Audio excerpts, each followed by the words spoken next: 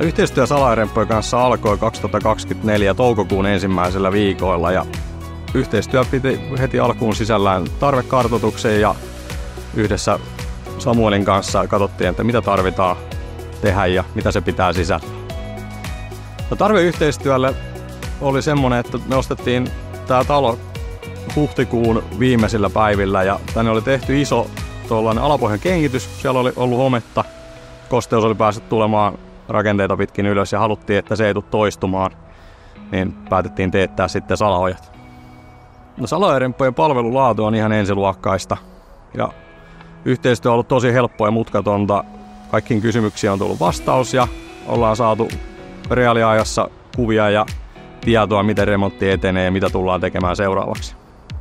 Salaojäremppujen ydinosaamista on ehdottomasti asiakaspalvelu ja tietenkin se varsinaisen remontin tekeminen. Ja siinä he ovat kyllä ihan äärettömän hyviä. Ja konkreettista lisäarvoa yhteistyöarkeen on tuonut varmasti mukavia työpäiviä itselle täällä remontin lomassa ja tietenkin se, että meidän talo pysyy nyt terveenä ja hyvänä ja sen arvo säilyy ja ellei jopa vähän nousekin. Salaojäremppujen kanssa yhteistyötä suosittelen kaikille, joilla ei ole talossa salaojia vielä. Että se oma talo kannattaa kyllä suojata sieltä kosteudelta, jotta ei sitten tule mitään lisävahinkoja. Ja minkä takia Salaojärempat, niin sen takia, että he osaa kyllä ja he auttaa ja palvelee ja kaikki hommat sujuu.